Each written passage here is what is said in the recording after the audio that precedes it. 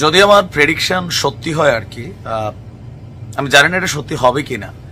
তো সার্জিসকে নিয়ে 9ই আগস্ট আমার একটা ভিডিও আছে, দেখে নিলাম। তখন বলে দিছিলাম আগামী দিনে একটা রাজনৈতিক দল গঠিত হবে, আর এই দলটির মূল কারিগর থাকবে সার্জিস এবং হাসনাত।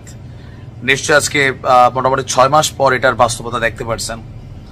আমার এই প্রেডিকশনটা যতটুকু কারেক্ট হয়েছে আমার কাছে মনে হচ্ছে আর কি, যদিও এটা একটা প্রেডিকশন। পরের অংশটা ফানি, ভিডিওটার প্রথমে বলে রাখি, দ্বিতীয় অংশটা ফানি অংশ, প্রথমটা সিরিয়াস অংশ। এমনও হইতে পারে যে আওয়ামী লীগ বিএনপি একজোট হয়ে ছাত্রদের এই দলের বিরুদ্ধে এবং জামাতের বিরুদ্ধে রাজপথে নামতে পারে। অস্বাভাবিক মনে হচ্ছে, বাট ঘটনার প্রেক্ষাপট এমন হইলেও হইতে পারে। বাট আমি জানি না হবে কিনা, এটা অসম্ভব একটা ইস্যু। বাট রাজনীতিতে না অসম্ভব বলতে কিছু নাই, ক্ষমতা যখন টার্গেট হয়। কারণ যে পরিস্থিতি তৈরি হয়েছে, আপনার কি মনে হয় যে ডক্টর মোহাম্মদ ইউনূসকে নিয়ে বিএনপির আসলে মনে মনে তলে তলে আতের চিন্তাটা কি? দেখেন, শেখ হাসিনার একটা অভ্যাস ছিল ঠোঁটকাটা অভ্যাস, যার উপর জিদ উঠতো। যেমন বেগম খালেদা জিয়া ঘর ছাড়া করছেন, বইলা দিচ্ছেন কি যে ও যদি আমার ক্যান্টনমেন্টে ঢুকতে দেয় নাই, তখনই চিন্তা করছে একদিন যদি আসি একদম দেমনে উঠাইয়া দিছে, কিন্তু 32 ভাঙিয়া গেছে ওনারও। তারপর ডক্টর ইউনূসকে নিয়ে সেই 111 সরকারের সময় শেখ হাসিনা বলতো যে ক্ষমতা দখলের একটা চিন্তা আছে ডক্টর মোহাম্মদ ইউনূসের, চিকন চিন্তা। এখন আজকের দিনে এসে অনেকে এটা কিন্তু দুধের সাথে ঘোল মেটানোর মতোই। ডক্টর ইউনূসের নিজেরই মুখের কথা, তিনি ছাত্রদেরকে পরামর্শ দিয়েছেন এই দলটা গঠন করার জন্য। আজকে করছে একদম মাঠে, ঠিক কিনা? এই জিদ্দে গুসায় তিনি বলে ফেলছিলেন একদম পদ্মা নদীর থেকে নিয়ে কি পদ্মা সেতুতে নিয়ে টুস করে ফেলাই দিয়া 2-3টা চুবনি দিবেন।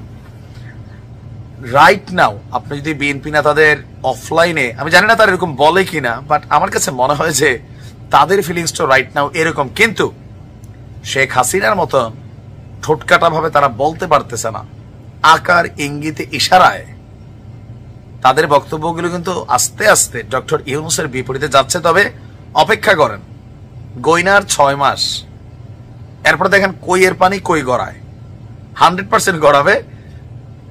এখন এই পরিস্থিতিটা থেকে আসলে নিস্তারের উপায় কি, এই অংশটা টোটালি ফানি অংশ। আমার কাছে মনে হয় যে একদিন খালেদা জিয়া তিনি শেখ হাসিনাকে ফোন দিবেন যে বুবু এখন আসলে কি করা যায়, মানে ডক্টর ইউনূসকে কিভাবে মোকাবেলা করা যায়।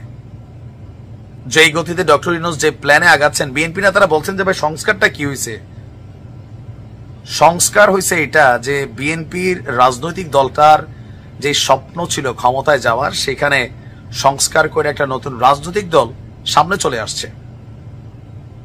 ইভেন গতকালকে এই দলটার আত্মপ্রকাশের পর তাদের নেতাদের যে বক্তব্য আপনি খেয়াল করছেন, পরিবারতন্ত্রের নেতাদের সামনে বসে পরিবারতন্ত্রকে ওয়াশ করছেন। ইভেন এই স্বাধীনতা নির্বাচনের জন্য না, যে এক দলকে সরাইয়া আরেক দলকে বসাবেন, এগুলোর জন্য না, এটা নতুন রাজনৈতিক বন্দোবস্ত।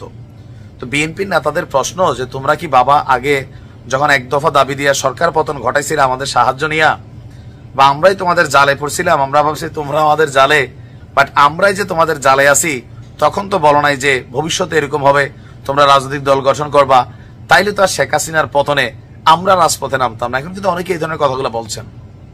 ছিল কোটা আন্দোলন, সরকার পতন আমরা মনে করছি, আমরা ভবিষ্যতে একটা সুষ্ঠু নির্বাচন হবে, আর একটা নির্বাচনের পর আমরা ক্ষমতায় চলে যাবো। কারণ এই মুহূর্তে তো মাঠে দাবিদার ছিল না।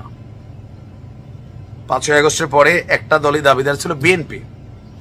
আর গেল 6 মাসে বিএনপির কিছু উৎসাহী, অতি উৎসাহী নেতাকর্মী, যাদের নিয়ে তারেক রহমানও বিব্রত, বারবার বলেন যে তোমরা কি 5ই আগস্ট থেকে শিক্ষা নাও নাই যে জনগণের আস্থা হারাই গেলে কিভাবে দেশ ছেড়া পালাইতে হয়, বুলডোজার ঝড় যায়, তোমরা কি এখনো শিক্ষা গ্রহণ করবে না? না, করবে না ভাই, এটি ফ্যাট খাওয়া। এগুলা দলের 12টা আওয়ামী লীগেরও বাজাইছে, আপনারও বাজাবে। এখন এগুলোতে মানুষের মধ্যে কি হয়েছে যে একই সাপের 2 বিষ, নৌকার ধানের শেষ, এই ডায়লগগুলো চলে আসছে মার্কেটে, ঠিক কিনা? প্রথম দিকে হালকা হালকা ট্রল মনে করলো, আজকের দিনে এটাকে আর হালকা নেওয়ার কোনো কারণ আছে নাই। আমার ক্যালকুলেশন বলছে আগামী নির্বাচনে জামাত এবং এই জাতীয় নাগরিক পার্টি এরা জোট বাঁধবে। বইলা দিলাম, দেখেন জামাত এককভাবে ক্ষমতায় বাংলাদেশের জীবনও যেতে পারবে না। আমার আপনি যতই গালি দেন, এটা আমার না, নাহিদের কথা। আর এই জামাত মার্কা সরকার নাকি বাংলাদেশের মানুষ চায় না। আমি কইছি ভাই, নাহিদ কইছে গালি দিলে তারে দেন, আমারে না। তো জামাত করতে পারে কি, ছাত্রদের সাথে হাত মিলাইতে পারে, অথবা ছাত্ররা তারাও জানে যে এককভাবে নির্বাচন কইরা ক্ষমতায় যাইতে পারবে না। কারণ কালকে মানিক মিয়া বিরুদ্ধে আমরা না 20-50 হাজার মানুষ হয়েছে কিনা আমার এখন সন্দেহ লাগে। যে দৃশ্য দেখছি, আমার এমনি মেদ দুর্বল, চোখেরও পাওয়ার কম, হইলে হইতে পারে নাকি, বাট এর বেশি ছিল না, বড়জোর 50 to 70 এত হয়েছে কিনা আই ডোন্ট নো। বাট তাদের যে টার্গেট ছিল 3 থেকে 5 লাখ, এখানে তাদের কিন্তু একটা ধাক্কা আছে, আছে না? আছে। ছাত্ররা জানে যে তারা এককভাবে নির্বাচন করে পাশ করবে না। ডক্টর ইউনূসকে বলতেছিল, স্যার দেখেন আমরা যদি একলা নির্বাচন করি, আমরা তো, আমাদেরকে ভোট দিবে না মানুষ, আমাদের কেউ একজন চিনে। তো ডক্টর ইউনূস বলছে, তোমাদের চিনে বাবা, তোমরা নামো, হ্যাঁ আমি আসি, তো পরামর্শ দেব। আবার ধরেন এই ডক্টর ইউনূসের আন্ডারে এখন যখন নির্বাচন ইস্যুটা আসবে, বিএনপির আস্থায় কি এই জিনিসটা আছে যে তিনি একটা নিরপেক্ষ নির্বাচন দিবেন, অথবা একটা লেভেল প্লেইং ফিল্ড তৈরি করে দিতে পারবেন? ক্ষমতায় তিনি, উপদেষ্টা পরিষদের ছাত্ররা, তাদের ভাইরা রাজপথে একটা দল করে নেমে গেছে, একজন পদত্যাগ করে প্রধানমন্ত্রী হবার জন্য তিনি সেই দলটার দায়িত্ব নিয়েছেন, পাশ করলে নাহিদই প্রধানমন্ত্রী। তো এই টিমের মধ্যে নাহিদ ছাড়া ওরকম খেলোয়াড় নাইও, ঠান্ডা মাথার খেলোয়াড়, খুবই ব্রেইনি ছেলেটা, ঢাকা ইউনিভার্সিটির ছাত্র, স্বাভাবিক ব্রেইনি। এরকম পরিস্থিতি তৈরি হলে বিএনপির জন্য একটাই রাস্তা, আগামী 5 বছর আবার ক্ষমতার বাহিরে থাকা, নাম্বার 1। নাম্বার 2, এর পরের 5 বছর সেটাও ভাই শঙ্কা, কারণ নির্বাচন তো এখনো হওয়ার ইস্যু ছিল, হচ্ছে না তো। ডিসেম্বরের কথা আবার শফিক ভাই বলতেছে মার্চও হইতে পারে।